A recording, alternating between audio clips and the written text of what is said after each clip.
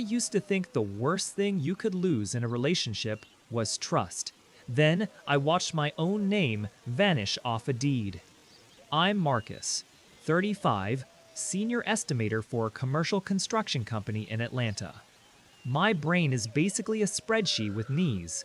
I price concrete like some people price avocados, factoring in weather and whim and whether the county inspector woke up on the righteous side of the bed. My wife, Layla, is 32, a brand storyteller who can make an empty room look like a movement. She's the kind of person who stacks 3 candles on a side table and somehow sells the idea that your soul would be better if you bought the 4th. We met at a zoning board meeting, which is either a red flag or a rom-com if you squint hard enough. I was there to argue about a parking ratio. She was there, filming a clip for a developer who wanted to activate a block with a food hall.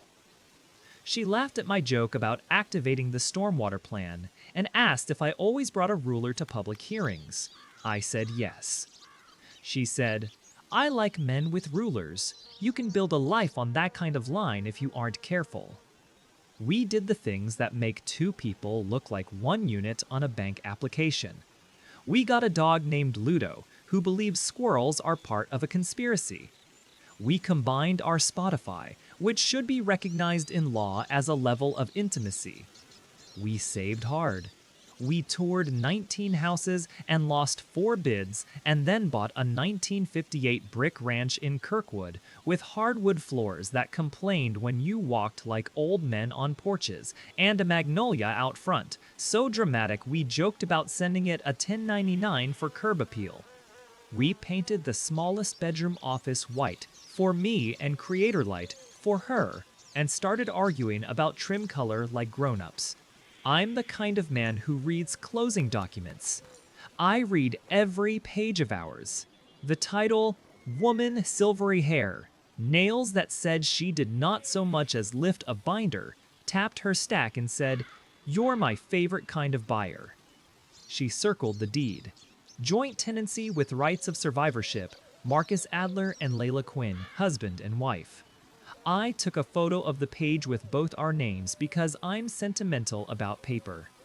We framed the deed copy and hung it in my office like a diploma I actually use. That first year, I did all the boring homeowner tasks you romanticize when you're renting. I cleaned gutters. I learned the sound of our HVAC when it's flirting with failure. I labeled the breaker panel. I made a folder in the fire safe labeled House Docs, like a man whose love language is redundancy. We were corny and happy and vaguely online about it. Layla filmed before and after reels and said, "We a lot" in captions. People hearted our life. The first odd thing didn't look like betrayal, it looked like efficiency. Layla suggested we refinance 6 months in when rates took a dip. "Cash out to fix the kitchen," she said, sliding into my lap at the table like a bribe. People love a mid-century ranch that knows it's pretty. If we get new cabinets, I can get 3 sponsor posts and the mortgage drops $200. It pays for itself. We ran the numbers.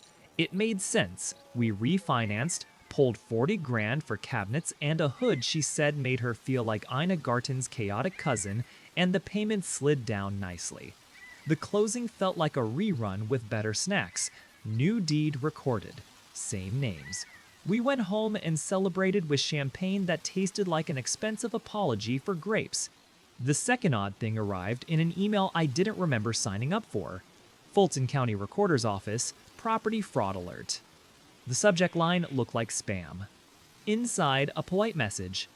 A document has been recorded against parcel number S string of numbers. Click here to view. I clicked, because county websites are where my species of nerd lives. The page showed a document logged, quitclaim deed. I frowned. Quitclaim deeds are like passing notes in class. You can hand over whatever interest you may or may not have without promising it was worth anything. We had just refinanced. People don't record quitclaim deeds for fun.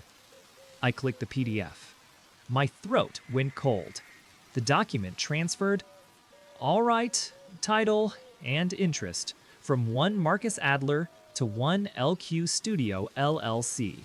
The grantee address was a P.O. Box in Decatur. The notary's signature was a scrawl under the name B. Kell. The date was last Tuesday, when I'd worked a 12-hour day fielding 3 bid clarifications and a subcontractor temper tantrum about epoxy curing times. I stared at the signature. It said mine. It was not mine. People talk about seeing red. I saw the exact opposite. The color a room goes right before a breaker pops. I printed the deed, circled the notary stamp, and stuck it on the fridge because the fridge is where we put things that need to be believed. Then I walked outside and looked at the magnolia until I convinced myself that the world was still the right shape. Layla came home with 2 tote bags and the story of a shoot where a florist had cried real tears when a brand manager used the word journey to describe a vase. She kissed me. I kissed her back because autopilot is a thing in marriages. I pointed at the paper. She glanced, blinked, and then did a micro smile that had rescued us from fights about paint and parents and whether a charcuterie board counts as dinner. "What's that?"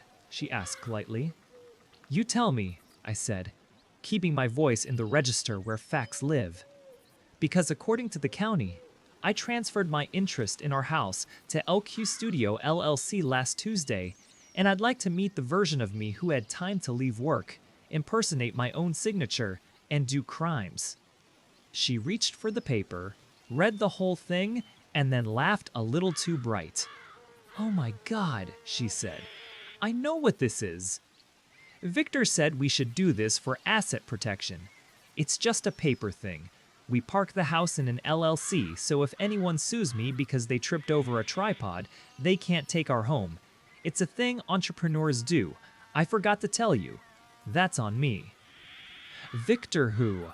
I asked, and my mouth knew the name before she answered. "Our contractor on the kitchen 40-something. Shirt that fit like a politician's promise, a smile that made clients agree to change orders. He and Layla had an easy patter, the kind that reads like siblings or like practice. He'd hugged her at the final walkthrough.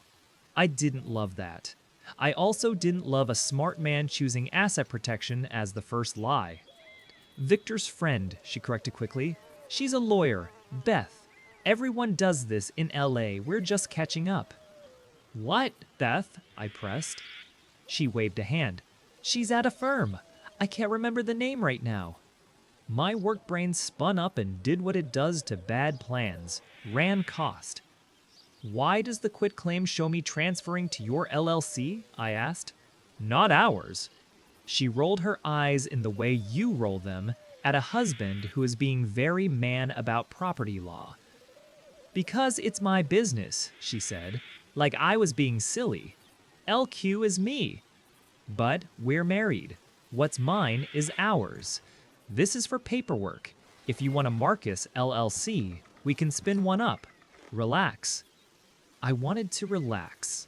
I also wanted to know why the notary was a name I didn't know, why my signature looked like a left-handed attempt at forgery, and why my wife had recorded a deed without mentioning it over chicken on Tuesday.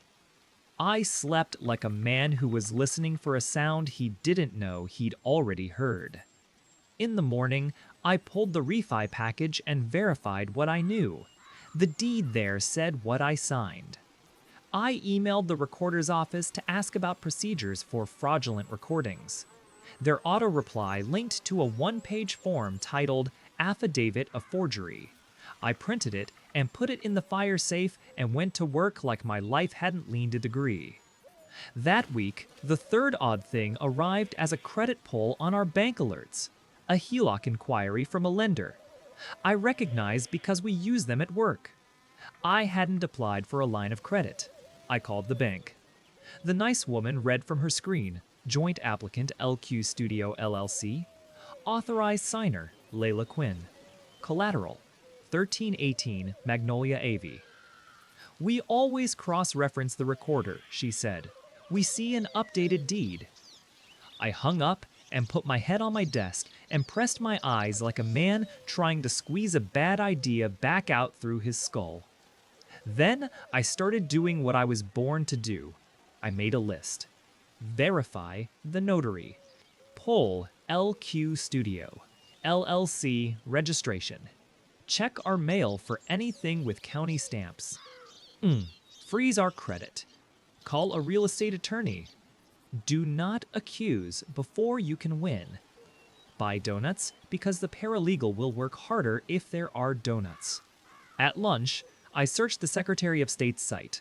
LQ Studio LLC existed. Registered agent, a co-working space Layla loved because the coffee was better. Data formation, 8 months ago. Manager, Layla. No Marcus anywhere. I clicked history and saw 2 filings. One amended the address 2 weeks before the quitclaim.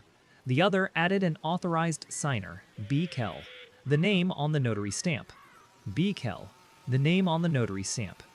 I called the number on the filing for registered agent services. A painfully cheerful human confirmed that, yes, LQ Studio was an active client. Yes, they accepted mail. Yes, any legal docs would be forwarded. Beth Kell, the notary, had a LinkedIn like a brochure. Notary public, mobile closings, title services.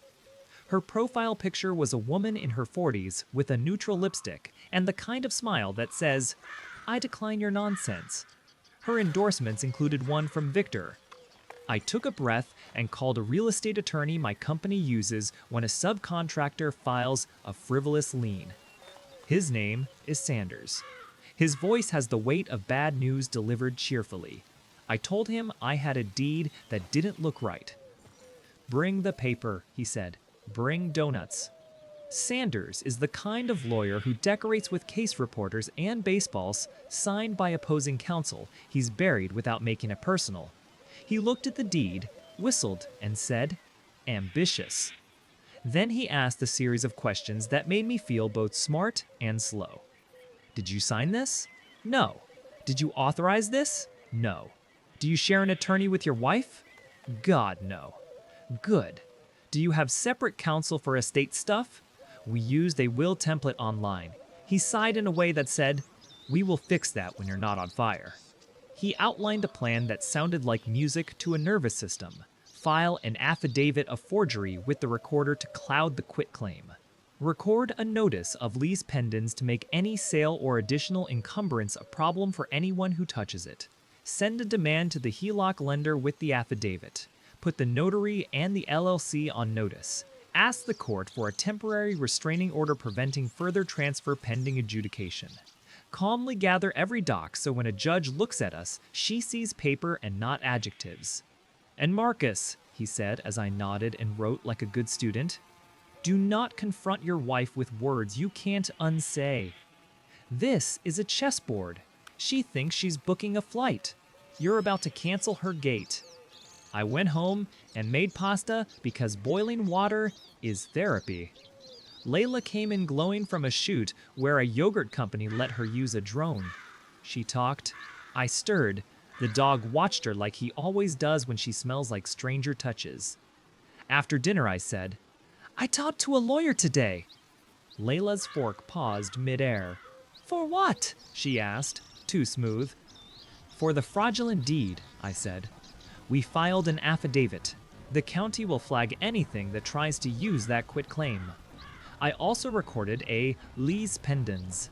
Any sale or HELOC will have to answer our paper." I let the lender know. Her face did a short arithmetic.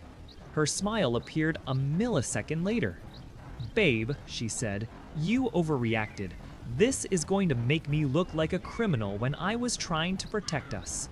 Beth will be annoyed, but we can unwind it."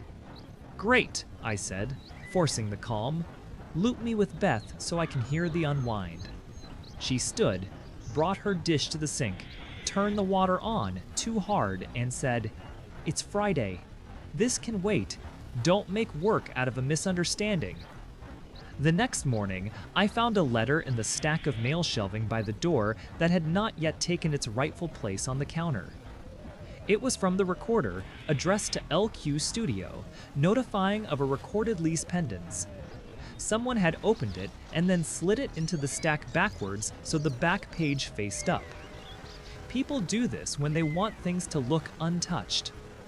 I put a trail cam in the office behind the ficus.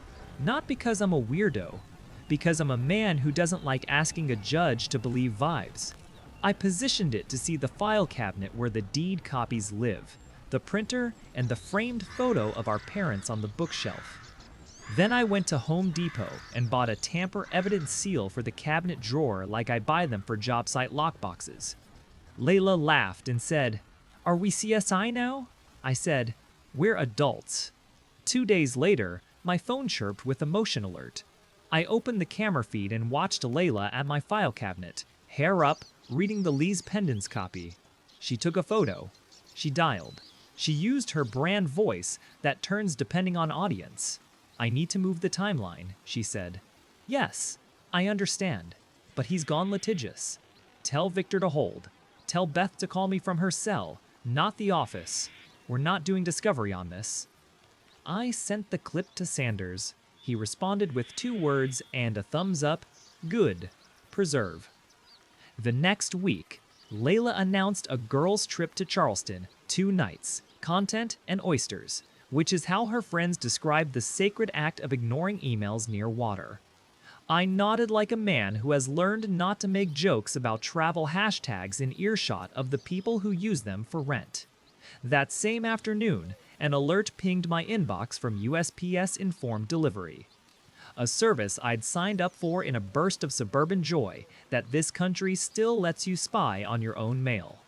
The grayscale preview showed a thick envelope from Wellbrook Title addressed to LQ Studio LLC. "Attention, Quinn." The postmark was yesterday.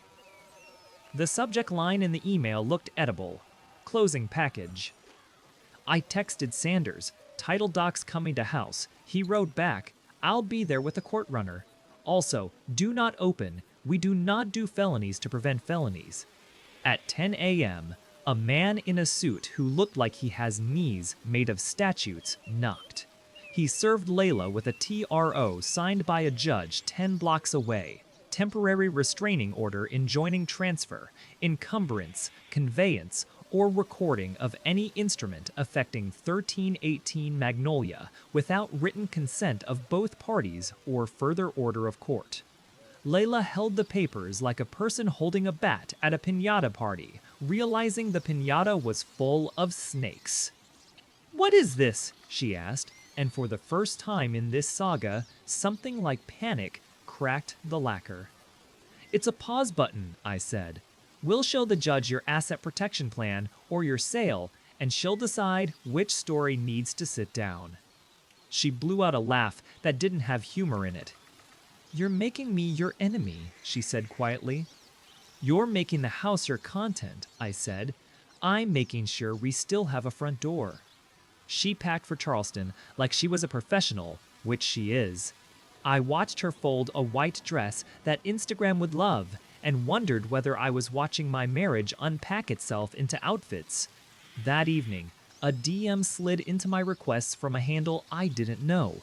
It was Beth Kell, the notary. Her first line, "I am not going to prison for your wife." I sat up straight on the couch like a student. She went on, "I notarized her signature on a document transferring her interest to her LLC for asset protection post-refi. She later asked me to notarize your signature on a second document. I refused. Someone else didn't. The county recorded it. I am documenting that I refused." Attached was a PDF of an email Beth had sent to Victor 3 weeks earlier declining to notarize my phantom signature and warning, "This is fraud. Do not involve me." The reply from Victor said, "Understood." Another reply from Layla said, "It's fine. We have options." I forwarded the DM to Sanders and tried not to make a sound that would freak the dog out. He called immediately. "We hire Beth," he said, "as a witness, not a friend. We subpoena Victor. We subpoena the HELOC docs and the title packet. We freeze the title company with notice. We keep the TRO in force. You, Marcus, do not throw a single plate." The morning of Layla's trip, I woke before dawn to the sound of the printer. I padded to the office and stopped in the doorway. Layla was printing the closing package settlement statement, seller's affidavit, owner's title policy waiver. The buyer, a Shell LLC with a mailing address matching Victor's contracting company. Her signature was already in two places. She was reading the owner's affidavit that says no one else has a claim.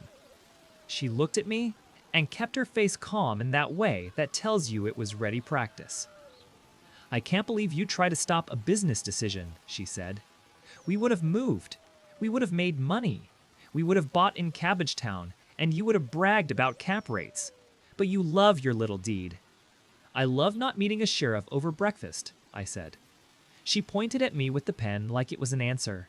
"We could have done this together," she said. "We could have been smart." "You could have told me," I said. "That's what smart is." She put the pen down. "I'm late for the airport," she said, and the scene ended like she wanted to cut to a new angle. She left. I watched the Uber taillights. I called Sanders, and we set a plan that felt like the grown-up version of a heist. He'd get a judge to extend the TRO into a temporary injunction. He'd send a demand to Wellbrook Title attaching the order and threatening a bar complaint if they closed knowingly over contested paper. He'd send notice to the HELOC lender with the forgery affidavit and the TRO. He'd file an emergency motion for custody of any disputed proceeds if a sale had somehow slithered past the blockade. He'd call the recorder's office like a man whose calendar pays for their pens. I cleaned the house. It's what I do when the plot twists. I vacuumed under the couch and found 3 balled-up to-do lists in Layla's handwriting. On one, a line item, Quitclaim 02, find alt notary. On another, HELOC draw use LQ Act, repay post close. On the third, TRO, call B. I sat on the floor with the vacuum still humming and thought about how you can live next to someone and not notice their handwriting is a map. At 2 p.m., Sanders texted, "Heard from title. They were set to close Friday. They're pausing. Also, Victor's office sent a very stupid email." He forwarded it. "Victor, we have an equitable interest in 1318 due to improvements and arrangements. The TRO is an overreach. We intend to proceed or seek damages." Sanders wrote to me. He has said the quiet part out loud. He intends to admit conspiracy. Bless him. Then came the thing that put my stomach on the floor. A notification from the county recorder, deed of trust recorded. Lender, Southeastern Home Equity. Borrower, LQ Studio LLC. Amount, $120,000. The timestamp was that morning. Somehow, despite the affidavit and the lease pendants, a lender had slithered in with a HELOC against my house using the fake quitclaim and the hot breath of a title company that loves fees. I forwarded it to Sanders with a line I never thought I'd write. "They got the line." He called.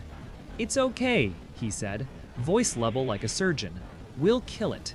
The affidavit and the TRO make the deed unmarketable. The lender has to unwind or they eat it. Meanwhile, don't leave town. And if Layla calls, do not negotiate. We're past vibes." I didn't hear from Layla that day. I did receive a message from a number I didn't recognize. Don't do this to her. It was Victor. I blocked the number. Then I unblocked it, took a screenshot because evidence matters, and blocked it again. At sunset, I sat on the front steps with Ludo and watched a kid on a bike teach his smaller brother how to stop without falling. The magnolia was loud in the breeze. A neighbor I only ever small talk with about trash day paused on his run and said, "You good, man?" I said, "We're real." And he nodded, because that sometimes is the only liturgy you need. 2 hours later, my phone buzzed with a Charleston area code. Layla. I let it ring twice so my voice wouldn't wobble when I answered. She didn't bother with hello. "You humiliated me," she said. "You served me like I'm a stranger. I'm at dinner with my friends, and you turned me into a court case. You recorded a deed that erased me," I said. "I think we're strangers." "Jesus, Marcus," she snapped. "Do you hear yourself? This is so punitive. You're punishing me for being better at making life work." I'm protecting the roof, I said. If you want to move, we can sell like adults, not like thieves. There was a quiet where you can hear the shape of another person's choices. Then she said the sentence that took us from plan to war. If you don't drop the injunction, she said, I will file for divorce and tell the court you're controlling and emotionally abusive. You have your little affidavit? I have mine. I will say you threatened me. I will say you threw a chair. Layla, I said softly, because anger would have been easier. You put that in paper and I will bring every clip, every notary's DM, every title email, and the judge will not be distracted by your adjectives. She hung up. The dial tone felt like a door closing in a house you paid for. At 9 a.m. the next morning, Sanders filed our amended motion with the new HELOC recording attached. The judge set a hearing for Monday. He sent a process server to Wellbrook Title and to the lender so no one could pretend they didn't see. He scheduled Beth for a deposition. He put Victor's email in an exhibit list with a tab that said Victor's Muth. I spent Saturday making copies, labeling folders, and kneading dough because bread is one of the only chores that rewards you for punching. Sunday, I dropped a loaf on Sanders's porch like a tithe. On Monday, I walked into a courtroom that smelled like air conditioning and hard decisions. Layla sat on the other side with a lawyer in a blue suit who looked like he specialized in temporary, emergency, and expedited. She wore a dress that makes judges pity you if they have a daughter. She didn't meet my eyes. Victor was not there. He had sent a letter reserving his rights, which is lawyer for I'm scared. The judge, mid-50s, glasses, a face that has practiced not giving you your television moment, looked at our stack, and then at the quitclaim, and then at the HELOC, and then at Layla's counsel. Counsel, she said, explain to me, like I don't know words, why Mr. Adler's signature appears on a deed he did not sign, and what business a line of credit has on this property 2 months after a refinance without his knowledge. Blue Suit started a paragraph that had the word entrepreneurial, the word miscommunication, and the phrase content creator economy. The judge held up a hand like she was directing traffic. Stop, she said. Answer my question. You will have time to sell me an essay later. He floundered. He proposed the plan I had been waiting to hear. Escrow the HELOC funds until title clearance. Remove the lease pendants. Allow closing with proceeds held. Allow Layla to manage the transaction because she understands the brand partnerships tied to the property narrative. The judge blinked once, slowly, the way a cat does when it's been patient enough. Then she turned to me. Mr. Adler, she said, do you still live in the house? Yes, Your Honor, I said. Do you want to sell the house? Not like this, I said. If we sell as husband and wife on paper that tells the truth. She nodded. Then she looked at Layla. Miss Quinn, she said, and the gentle changed. Did you attempt to obtain a line of credit using a quitclaim deed conveying your spouse's interest to your LLC? Layla did the only smart thing anyone has done in this story besides my lawyer. She said, quietly, yes. The judge sighed. Temporary injunction extended, she said. No transfer, no HELOC draw, no encumbrance, no closed deal. Title company notified. If title closes, I will enjoy sanctioning them. Miss Quinn, you will produce all communications with your notary and contractor. Mr. Adler, your counsel will draft a protective order for the house. The court will not be used as a content strategy. She banged a gavel not because she needed to, but because every room deserves its own sound of the end of one thing and the beginning of another. That was the moment the second half of this story began. Because what came next wasn't just legal. It was the part where I learned my wife had not only tried to move a house without me, she had also been moving me, piece by paperwork piece, toward a version of myself that looked like a villain on paper, so she could walk away with the magnolia and the mortgage and a TED Talk. And I wasn't going to let her. Tell me what you think. Would you have confronted her the second the county email came, or done what I did, file, freeze, and set the table for a judge? Would you have trusted that asset protection speech, or followed the paper trail to the P.O. box? Would you have kept your voice low in the hearing, or given the speech you've been writing in your head since Tuesday? Drop your take in the comments, hit like if this pulled you in, and subscribe if you want the second half where the closing gets blocked, the HELOC gets clawed back, and I learn what else my name got attached to while I was pricing concrete. The order felt like a seatbelt finally clicking. It didn't stop the car, but it kept me from going through the windshield while everything else tried to throw me. Sanders didn't let the tempo drop.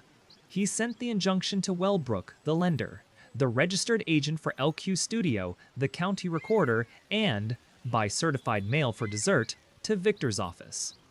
His paralegal, Monica, is 5 feet of mercy with a stapler. She color-coded the exhibits so cleanly that even my nervous system relaxed. 2 hours after the hearing, a compliance officer from Wellbrook called Sanders and then me. Corporate voice, over-enunciated vowels. "We've placed a freeze on the file," she said. "No closing will occur." Translation: we smelled handcuffs. She followed it with an email written by a person who has learned to live inside a risk matrix, attaching their pause memo and promising internal review. Southeastern Home Equity sent a shorter email with fewer verbs. Leanne recorded an error due to borrower misrepresentation. "We are initiating release." It looked like a surrender flag typed by a lawyer. I breathed for the first time in a week without tasting copper. Beth. Our sudden patron saint of notaries who refuse to be accessories, met us in Sanders's conference room with a folder that read like the moral version of a room mic. She had her logbook. She had a letter she'd sent to the Georgia Notary Division a month earlier documenting that her stamp had been copied and used without her consent, attaching side-by-side screenshots of her real signature and the scrawl on my forged quitclaim. She had text threads with Victor where he tried the soft corruption. "Do me a favor, no one will check." Then, "Come on, this is how deals get done." Then, "Beth, don't be dramatic." Her final text, "Do not text this number again," made me want to frame it. Monica slid Beth a witness fee check like a good fairy godmother and then handed me a stack of subpoenas waiting for my signature insurer, lender, Wellbrook, the co-working space, the USPS P.O. box. Sanders kept saying, "Preserve," like it was a prayer. Discovery turned up rot like pulling up carpet. In the title package was a seller's affidavit, already signed with Layla's flowing L and my butchered name. A form stating no one else had claims, no disputes, no restraining orders. There was an email chain where a junior closer at Wellbrook had asked whether husband will be there to sign, and a senior had replied, "Quitclaim and file, not needed." There was also a file note from a week back, penned by some nervous employee with an instinct for survival flagging the Lee's pendants, then crossed out with "Resolved seller says misunderstanding." We put that note in bold in our motion for sanctions. Meanwhile, Victor fired off one more bravado email about equitable interest and value-add improvements, attaching photos from our kitchen remodel he'd shot like a before and after ad. It read like a man who thought he could invoice marriage. Sanders smiled without mirth. "He doesn't realize," he said, "that I plan to profit from your property with your wife while excluding you is not a strong sentence to bring into court." Watch him keep talking. 3 nights after the hearing, the doorbell rang. A man in a polo with a laminated badge that said SKY Line Home Buyers smiled like a realtor, and an ambulance chaser had a baby. "We're here for the walkthrough," he said. I laughed, which was mean and involuntary. Walkthrough of what? 1318 Magnolia, he said. "We got an assignment agreement. Contract says vacant at close of escrow." Behind him, A second guy stood with a measuring wheel, already glancing past me at the baseboards like he was imagining where to drop an offer on Craigslist. I stepped onto the porch and shut the door behind me because nothing in my hallway needed to hear this. "Who assigned you?" I asked. He read from his phone. "LQ Studio, LLC, represented by Victor." "Cool," I said. "Here's a temporary injunction. Here's a lee pendens. Here's my face. The house is not vacant. The contract is void. Your assignment is a framed photo of a scam." He went pale and then blotchy, two emotions that fight in real time.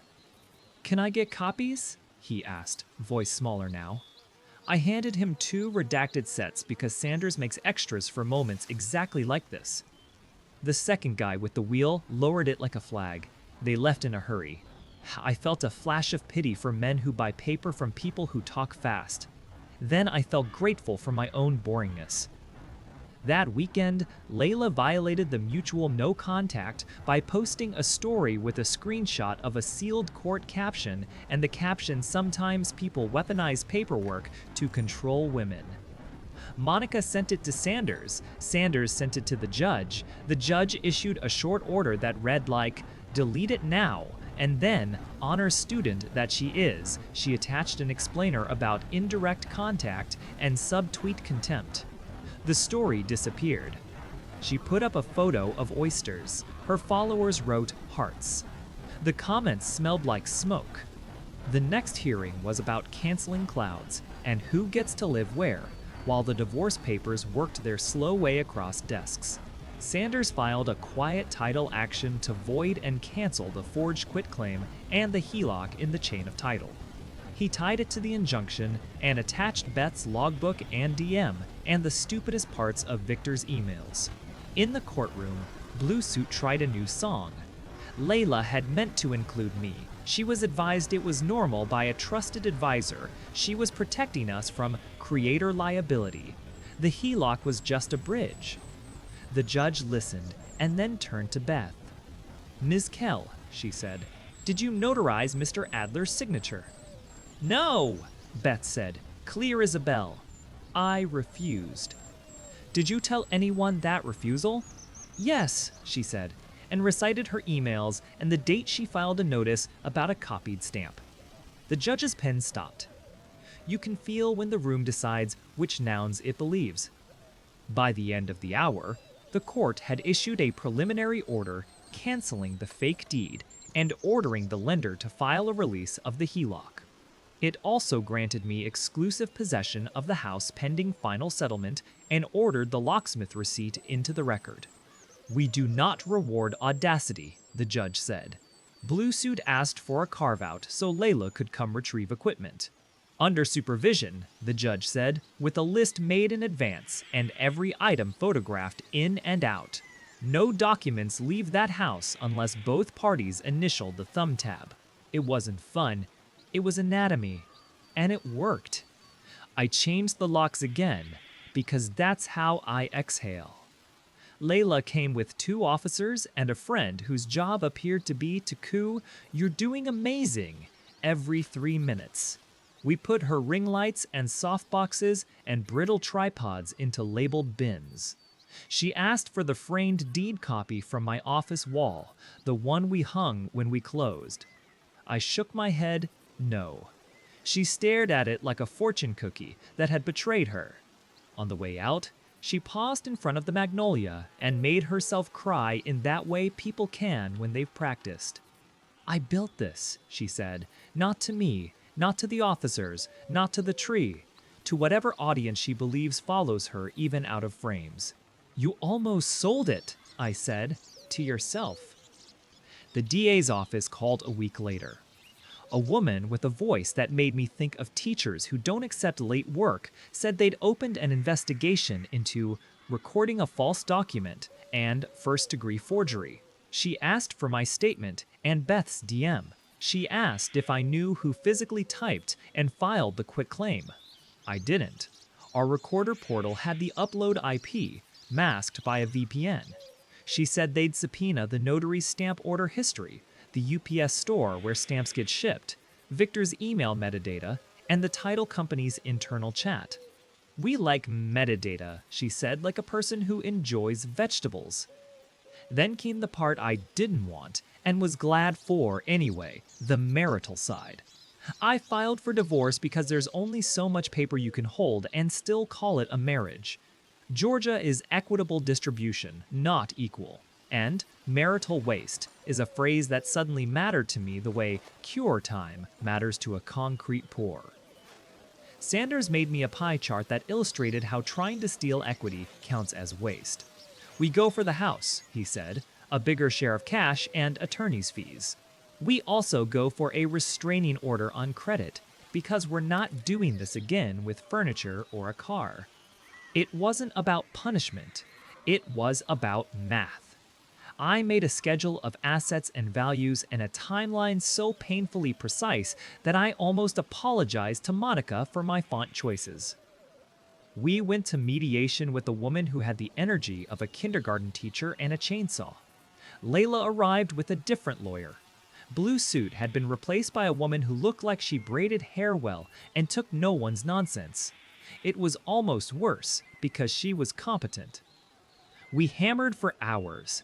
The mediator walked between rooms delivering offers, counteroffers, and the occasional eye roll disguised as neutrality. In the end, we landed on a deal that looked like sanity from a distance. I kept the house, she waived any claim to its appreciation, she got the small balance of a joint savings account, I paid the mortgage solo, she took her business debt personally, she agreed to stay off my credit, we each kept our retirements. She did not get attorney's fees. I didn't ask for them because sometimes the dignity is in not picking every scab. The judge blessed it. The clerk stamped it like a blessing. The recorder filed the order quieting title and canceling forged instruments. And for the first time since my name had been kidnapped from my own deed, I saw a document do what papers should. Tell the truth out loud so a stranger can understand it later. The DA charged Victor and an unnamed associate notary with forgery and filing false documents in a short, unadorned indictment. The associate turned out to be a girlfriend of one of Victor's subs who'd ordered a counterfeit stamp off the internet. I learned her name because charges teach you spelling. She pled to a misdemeanor and did community service at the clerk's window, where people record real deeds. If there's a god of irony, she got a bonus point that day. Victor did a perp walk in a blue Oxford, and the kind of smile that says, "I cannot believe consequences still exist." His contracting license became a hearing topic. He voluntarily surrendered. He pled out. First offender probation, fines, a note that will forever follow him in any title company's compliance software. Layla took a pretrial diversion. Theft, fraud, forgery were reduced to a single count of attempted filing of a false instrument with 12 months of probation, a ban on recording anything at the county without an attorney's signature, 150 hours of community service with a housing nonprofit, and a requirement to complete a course called Financial Boundaries and Ethics. She complained privately to mutuals. She did not do it on the internet because the judge had been very clear about the price of contempt. Her brand bled. A few sponsors posted, "We don't condone fraud." A few stuck with her because algorithms forgive pretty. She pivoted to lessons learned, content, and then to book reviews, and then, eventually, to walking my dog, because the internet has the attention span of a toddler in a toy aisle. I muted her, not as punishment, as rehab. The HELOC recorded its release. The title company wrote a letter that should be taught in continuing education. We failed to detect a forged deed despite multiple red flags. We have taken corrective measures, and we will be reporting this incident to the Georgia Insurance Commissioner and the State Bar for review. They cut a check to cover my legal costs on the title side. I didn't cash it until Sanders confirmed there were no hooks. Then I bought Monica a ridiculous edible arrangement and Sanders a Braves ticket because gifts are how Southerners say what we're not good at saying. Neighbors started doing that thing where they slow down at the curb and then pretend they were walking anyway. 1. A man I've spoken to maybe twice about lawn seed brought me his own property fraud alert email sign-up link with a sticky note. This saved us when my cousin's rental got quitclaimed by a crackhead. He might run a bank. He might run a brake shop. He's now in my phone as Fraud Angel. My mother came over with okra and cornbread and a question that made me sit in my own kitchen like a jury. If she'd told you the plan at the start, Mom asked, with all the nouns and none of the nonsense, could you have said yes? I thought about it long enough to be proud of myself. No, I said, not the way she did it.